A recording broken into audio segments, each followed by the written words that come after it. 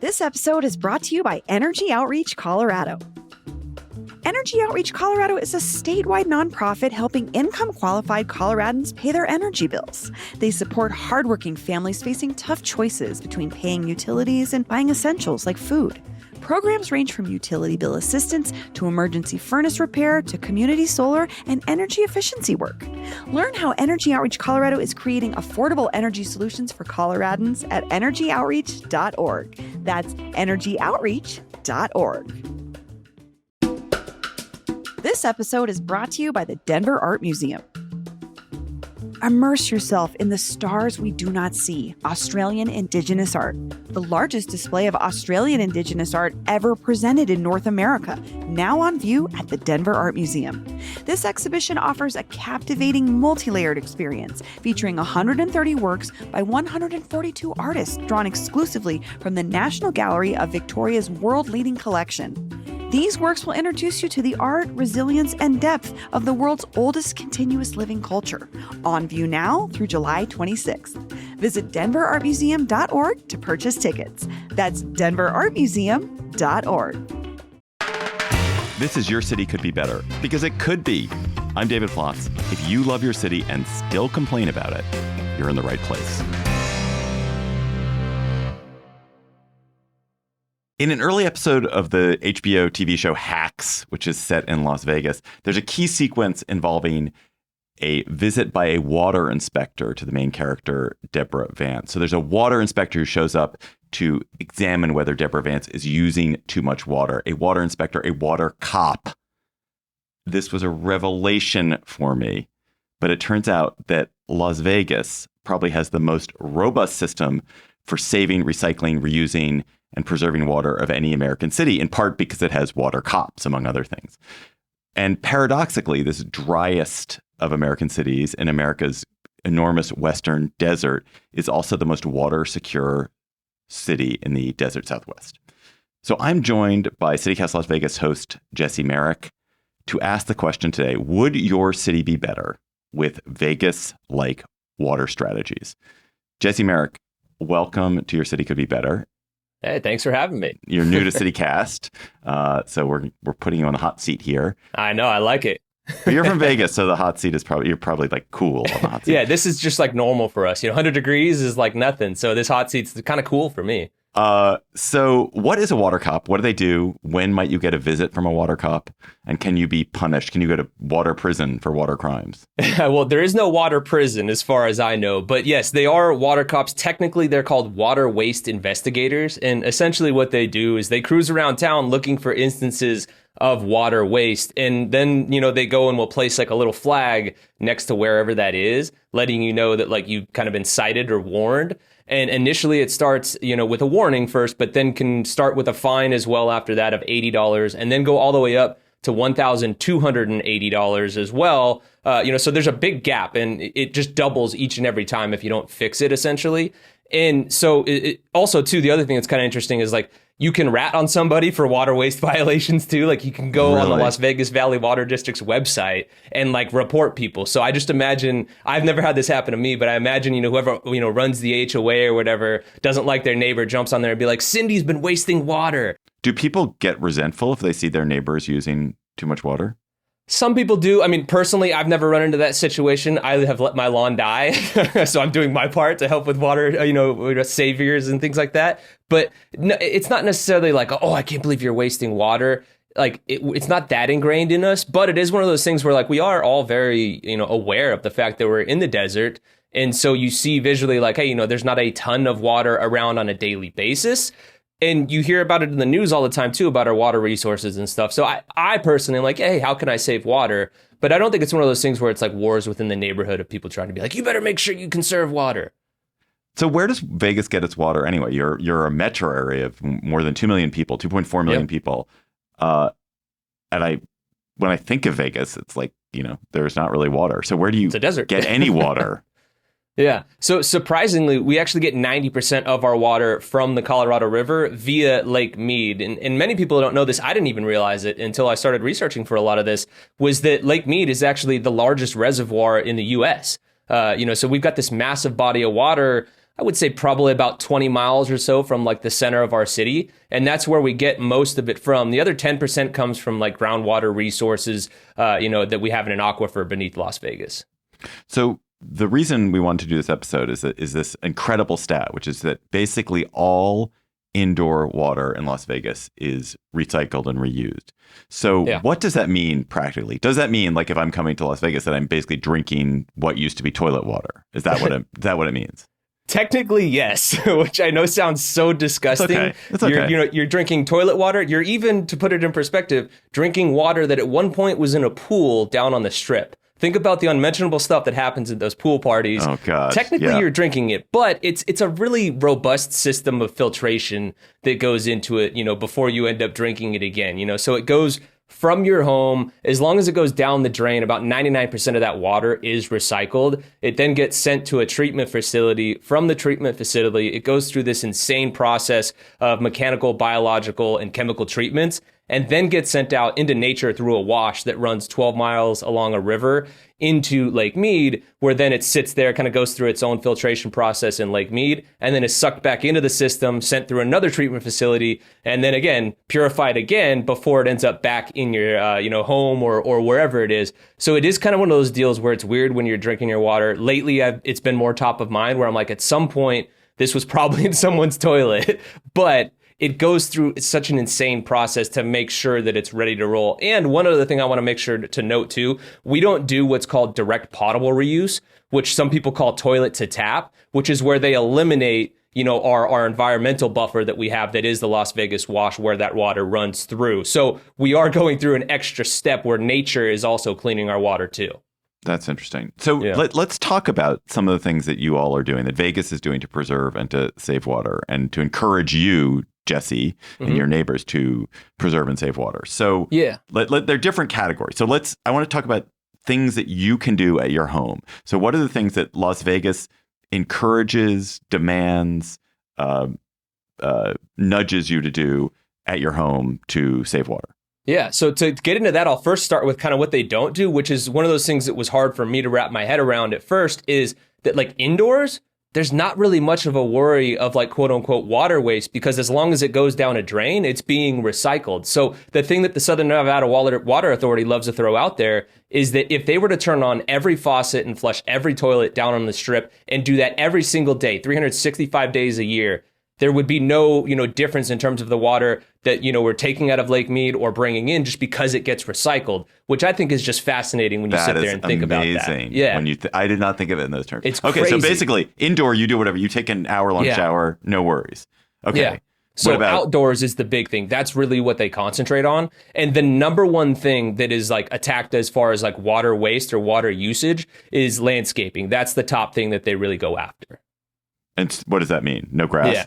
So essentially, like they have this war on grass kind of, or at least non-functional grass, where they're going after people's front lawns. Your backyard isn't something they attack, but they try and incentivize people to get rid of their front lawns just because lawns use so much water. So they're encouraging like xeriscaping or even, turf installation and stuff like that. And in order to do that, they're giving people money to rip out their grass, which I think is kind of cool. They're paying anywhere from $5 to $7 per square foot to have people remove their grass. And the reason why they're going after grass is because it actually does like demand a lot of water. When you look at it, for every square foot of grass that you have, it requires 73 gallons of water a year, which, to put that kind of into a visual for you, if you imagined a column of water that was 10 feet tall, in each square foot, that's a basketball hoop size column of water that each square foot of grass requires over the course of a year to water.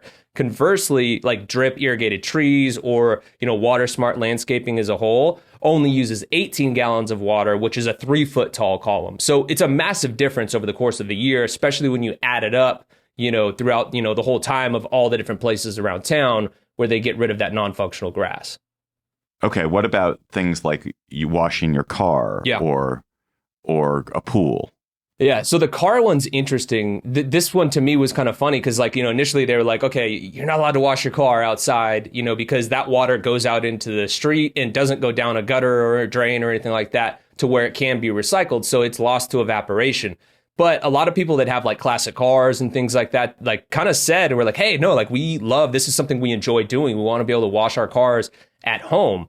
So they were like, okay, you can now wash your car, or at least each car, one time per week, as long as you have like a shutoff nozzle on your hose. So that's one of the requirements. But we talked about the incentive program that they have for people ripping out the grass. They also give out coupons for people to go to like a commercial car wash, because what happens when you go to a commercial car wash?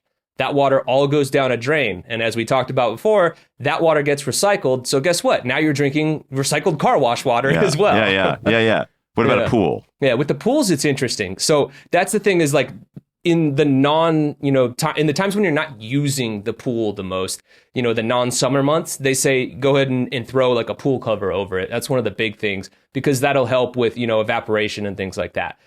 In the summer months, there's not a whole lot you can do, because obviously they said that even throwing a pool cover over it in the summer months, when we hit like 100 plus degrees, that's actually going to make it even hotter. So it'll evaporate even faster. But like, let's say you're, emptying out your pool, doing the maintenance on it and stuff like that. They want you to make sure that that gets drained into, again, another drain that'll go back into the system and be recycled. And at many of the homes here, even my home, it was built in 1960, I have like a water port that you could go into. I don't have a pool, but if I did have a pool, I could drain it into that water port, so that it then does get recycled. So it does. So you still lose whatever you lose to evaporation, but when you are emptying it, at least that stays. Yeah. And evaporation is a thing that they just understand. Like, there's nothing we can do about it. Because again, like, we are in the desert. One of the crazy things that I found in the research was that over at Lake Mead, just in terms of evaporation alone, they lose 600,000 acre feet per year to evaporation, which is a crazy number to wrap your head around. I cannot let this pass without talking about the Bellagio and also about golf courses. So the notable experience that one has when you go to Vegas is there are a lot of pools where people are hanging out and drinking. There is a Bellagio fountain, which is just like spraying water in 112 degree heat. And then there are golf courses. So how do those fit in this quite tight-fisted water ecosystem? So we'll start with the Bellagio, because that is the easy one to wonder. I've oftentimes been like, what the heck's going on? But the interesting thing about the Bellagio is they don't use any water from the Colorado River or from Lake Mead. They actually have their own private well underneath the property. And a lot of casinos actually do have them on the Strip. If they were built before 1971, they all have their private well water that they can access. Well, now, they're just pumping out the aquifer then. Yes, which is also an issue. Like, we can't ignore that for sure. But the thing is like, they're at least not using our quote unquote water for the fountain, because that's going to get evaporated, And I think the way that the Southern Nevada Water Authority approaches the Strip and pools and things like that, as you've noted, because look, that many pools that they have down there, like, evaporation is going to be a big issue. But the way they go about discussing that is kind of saying, well, okay, look at the pools on the Strip and how many people they service. We get 38 to 40 million visitors every year, versus the pools in your backyard. What are you going to have 50 people over in a year that use it? And also, too, taking into account like what the Strip generates for us. Think of a world of hurt that we would be in if you got rid of all the pools on the Strip. Nobody's going to come here, except for the degenerate gamblers only. And then we'd be in trouble. For that, they're willing to kind of overlook some of those things. But in terms of the golf courses that you asked about before, they're on what's called a water budget. So they kind of can pick and choose when they increase or decrease their usage, as long as they're within that budget. And they, too, have stepped in and gotten a lot of the non-essential turf, when it's not on the fairways and things like that. They'll put in, the different grass turf and things like that. So they've taken a lot of grass off as well.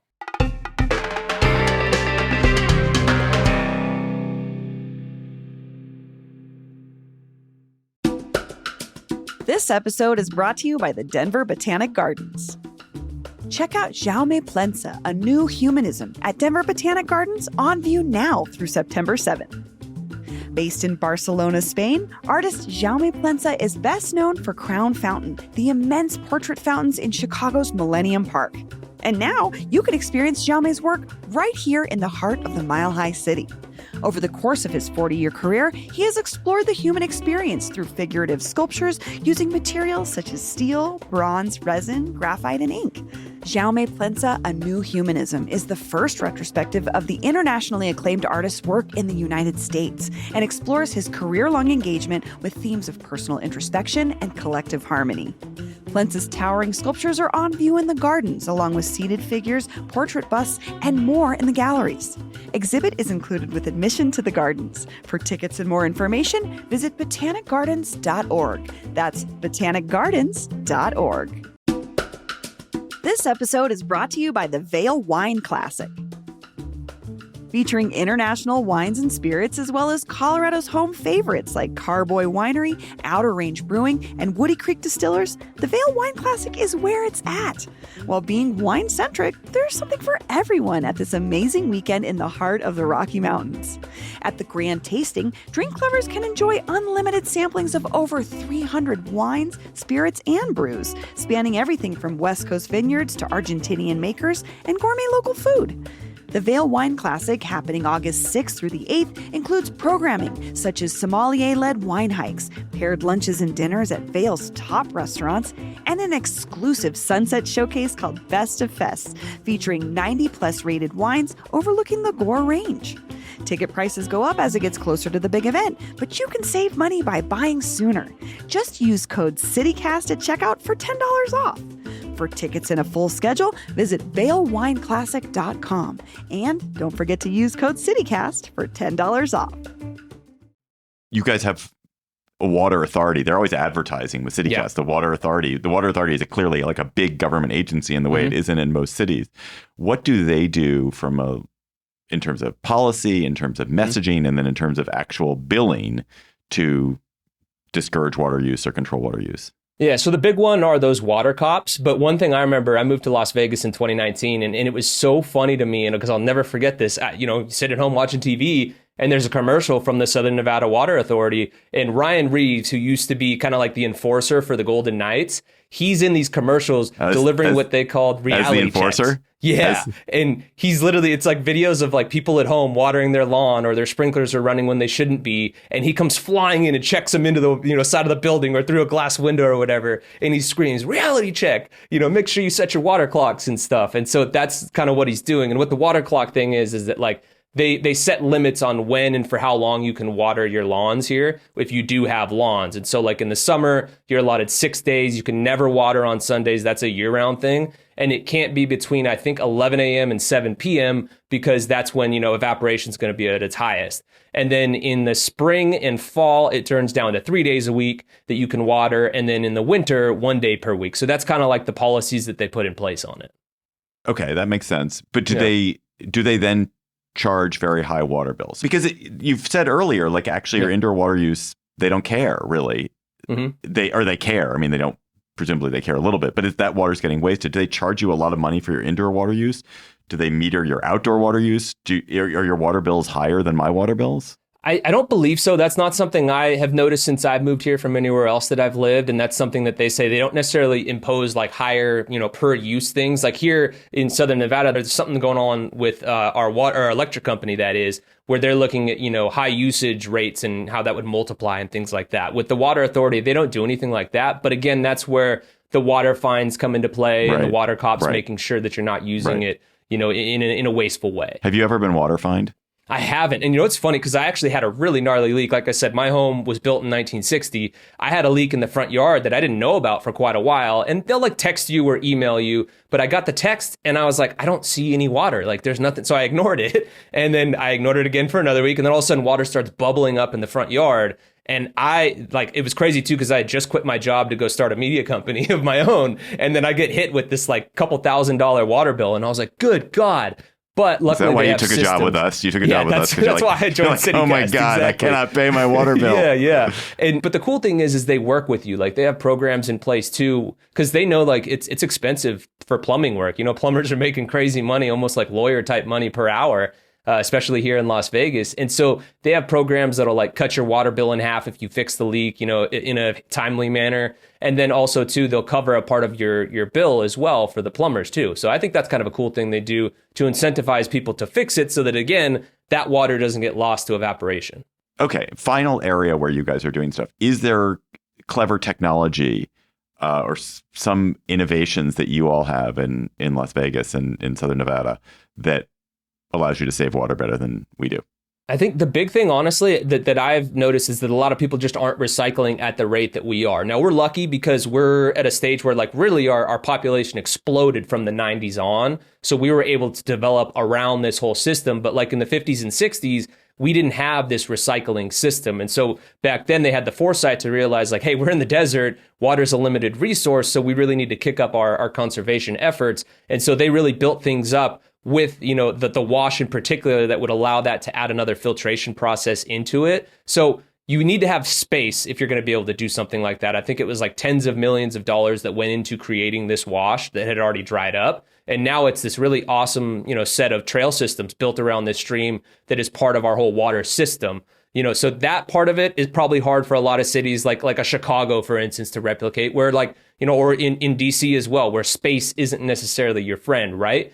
But the big thing is having these water treatment facilities that have such a robust system to go and filter out these things. And again, like we don't have enough time on this podcast to really dive into what exactly that process is, but it goes through that mechanical, biological, and chemical treatment process. And I think that's the big thing. So you've laid out a whole bunch of different things that you all are doing, from the cops to this technology to the infrastructure of the wash to sort of rules about when you can wash your car, to encouraging people to not have grass, paying them to not have grass, all these different things. Do you know which ones are thought to be most effective and which ones are sort of most costly? I guess I'm trying to think about, for other cities, which are the ones that other cities would go to first because they're going to be most effective and least expensive. Yeah, the most effective one is the war on grass and eliminating that. I mean, they've been able to save billions upon billions of gallons of water per year by eliminating as much grass as they have here in Las Vegas. And so that's something that I think other people can learn from. And a lot of people are really hesitant to give up their lawns. It's kind of funny. It almost seems like that's part of the American dream, you know, white picket fence and, you know, a lush green lawn. But you know, the funny thing, David, is that lawns aren't even an American concept. We brought it over from Great Britain because it was the sprawling estates where the uber wealthy Brits had, you know, luscious lawns and stuff like that. So we copied it from grass them. Over there. Yeah, beautiful it's great. Grass. They have much grass different courts in climate Wimbledon though too. Yeah, and that's the thing, is like it's a different climate. It's much wetter there versus here in Las Vegas. But I think around the U.S., people can employ more xeriscaping and, you know, turf and things like that in the non-essential areas. Again, we're not telling you like get rid of your backyard, because like kids play on that. Grass is different than turf. Like I'm not arguing that. The Southern Nevada Water Authority isn't arguing that. Few people are. But in the areas where like the only people that are walking on that grass are the people mowing it, like, is it really useful? Cover it with something else, some other greenery, again, the xeriscaping, or with turf that looks just the same, but doesn't eat up as much water as the other stuff does. Number 2 on the list, and this is kind of irrelevant just with data centers popping up, is evaporative cooling, because that's something a lot of them do. We here in Southern Nevada have banned any new evaporative cooling systems for these data centers as they come along. I know that's a big thing in Virginia. I think it's the hub. Oh, you know? I didn't so realize like, that. So they cool their computers by evaporating water off of them? Essentially, yeah. So like, you know, making, I would say for citizens, like voting to make sure it gets passed to where they can't use those, because that is such a big waste of water. Again, number 2 on the list, right behind landscaping and things like that. So I would say like use your power as a voter to be like, hey, these data centers need to get rid of evaporative cooling in order to help save more water. And I think if you attack your grass and you do that as well with the evaporative cooling, like that's going to make a massive difference. Have other desert cities followed Vegas's lead? Or they have. Phoenix and, you know, are they doing things? Not to the extent that we have. There's a study from UCLA that analyzed like water recycling and stuff like that. So like here in Las Vegas, according to this study, we're able to recycle a total of 85% of our water, whereas in other places like Arizona, it's 52% of their water that's recycled. So a pretty big gap from us to Arizona. They're number 2 on the list. Then it really starts shrinking a ton. We talked about those other states, you know, that are in the kind of Colorado River Pact there that use it. California only recycles 22% of their water. New Mexico, 18%. Colorado, 3.6%. Wyoming, 3.4%. It's crazy. But it gets worse. Wait till we get to Utah. Utah recycles less than 1% of their water. And I've been through parts of Utah that are just as deserty as we are here in Nevada. So they need to get on board. And because we're part of the lower basin with Arizona and California, we've been working with them a lot more, and they've been willing to adopt more of these things. Down in Southern California, again, they're exploring desalination, which would be another way to kind of reinsert some more water into the system. And on top of that, we're also helping Southern California invest in similar water recycling plants as well. I think the number that I saw thrown out there was that we're helping invest about $750 million into a similar type of thing that would allow them to recycle more water, which again helps everyone involved. So I was reading somewhere, I think, that the Colorado River is having maybe its worst year ever for runoff. You had such a low snowpack, so little snow. Is Vegas in trouble if the Colorado continues to suffer from the drought? We could be, but the cool thing is like, so I talked about the allocation of like how much water we're allowed. We used to be allowed 300,000 acre feet. Now it's being dropped down because of recent cuts from the federal government to 270,000 acre feet.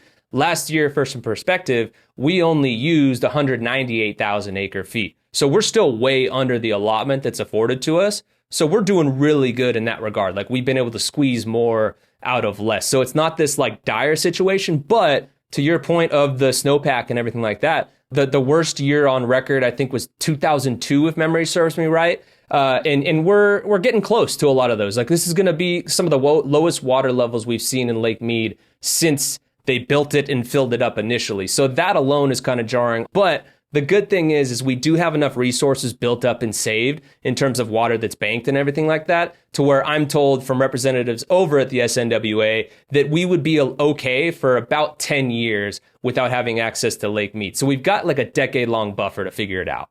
So last question on the main segment here, Jesse. What can Your City Could Be Better listeners who don't live in Vegas do to make their city better by learning from Vegas? Yeah. First and foremost, like we said, get rid of grass. I mean, that is the biggest, water waster there is, and as great as it is to look at out front, like, you can make that change. And then too, it just makes it easier. It's less upkeep, at your home and stuff.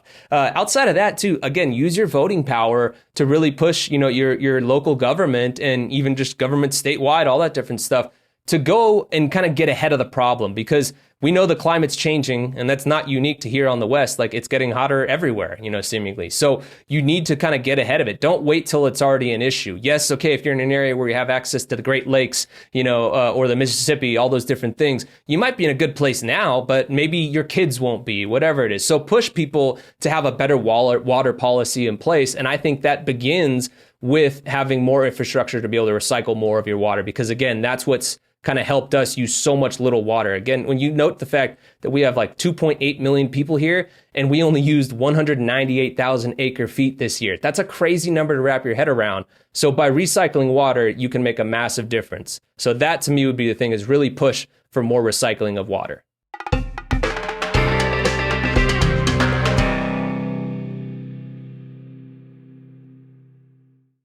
That was a super fun topic, but we're going to have another fun topic, our word on the street, our word on the strip segment. Ooh. So I live in DC, and the tourist business of DC is museums. Mm-hmm. And as a result, I end up going to a lot of museums because A, whenever anyone comes to visit, you take them to a museum. And B, it's just like an activity that exists in DC that DC does really well. There are lots of amazing free museums I can go to. Everyone goes to museums. In Nashville, if you go to Nashville, people listen to a lot of live music because there's so much live music. In Denver, like people actually go out and hike more because there's all this hiking that is accessible. So in fact, like the cliche of your town is sometimes in fact the thing that people do. So what I wonder is, for you, how much pressure in Vegas is there to go to casinos and gamble? That's the city's business.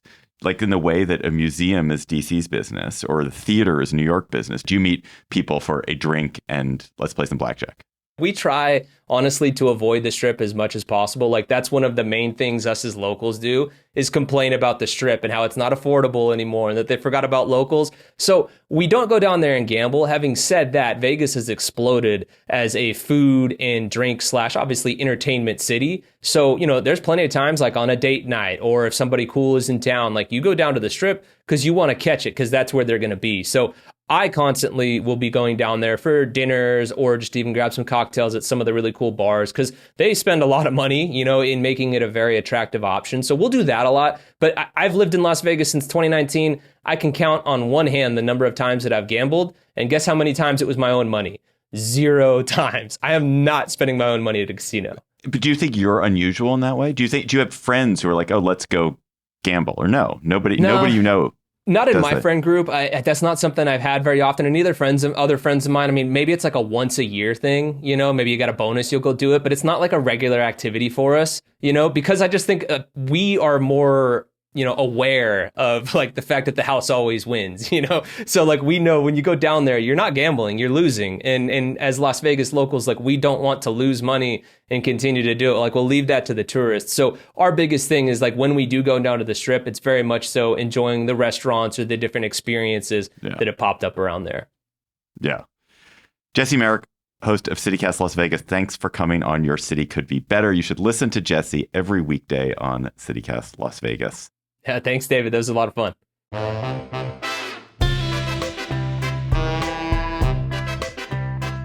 That's all for today's episode of Your City Could Be Better. I'm your host, David Plotz. Our producers today were Lizzie Goldsmith, Arya Bracci, Priyanka Tilve, Jesse Merrick, and Layla Muhammad. Our music is by Carl Christensen. If you are enjoying this show, please tell your friends, rate the show, leave us a review wherever you get your podcasts. Maybe you get your podcasts by a wonderful pool in Vegas. Maybe you get your podcasts surrounded by cactus and at your xeriscaped front yard. We will be back next week with another conversation about how your city could be better.